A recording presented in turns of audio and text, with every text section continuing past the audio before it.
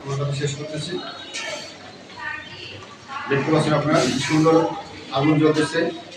এটা আমরা জ্বালানি হিসেবে ব্যবহার করতে পারবো, আমরা ভাত পাক করতে পারবো। আসসালামু আলাইকুম। তো আজকে আপনারা দেখতে পাচ্ছেন যে এখানে একটা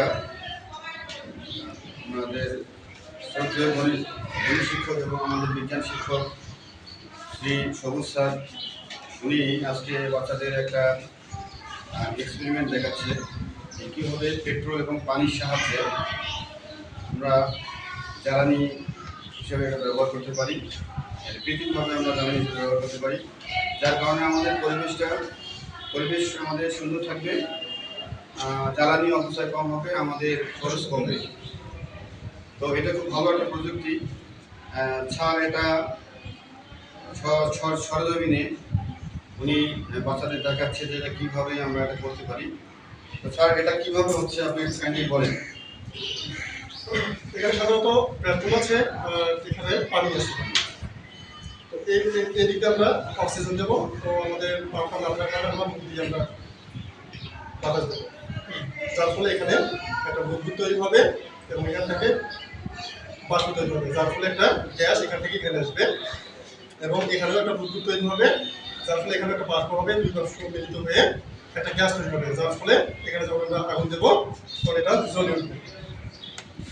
একটু তোমরা একটু হেল্প করো।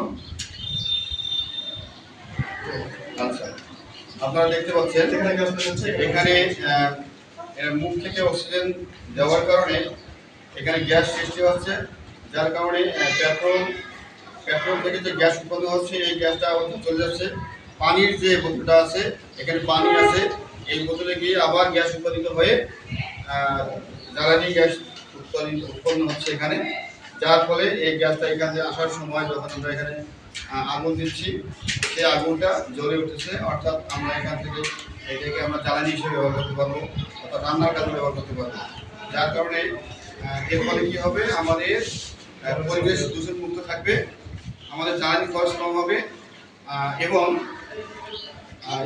গ্যাসের প্রতি আমাদের চাপ কমবে। তো যাক, স্যারকে অসংখ্য ধন্যবাদ যে বাচ্চাটা এইভাবে প্র্যাকটিক্যালি দেখার জন্য। আমরা চাই যে স্যার আরও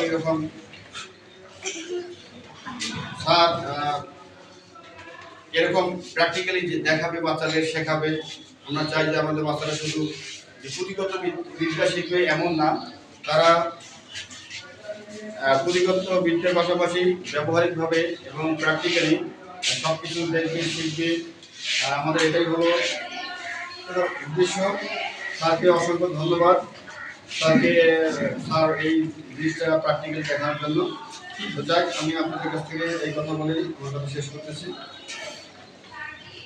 দেখতে পাচ্ছেন আপনারা সুন্দর আগুন জ্বলতেছে। এটা আমরা জ্বালানি হিসেবে ব্যবহার করতে পারবো, আমরা ভাত পাক করতে পারবো, অর্থাৎ রান্নার কাজে আমরা এই গ্যাসটা ব্যবহার করতে পারবো। এখানে গ্যাস উৎপন্ন হচ্ছে।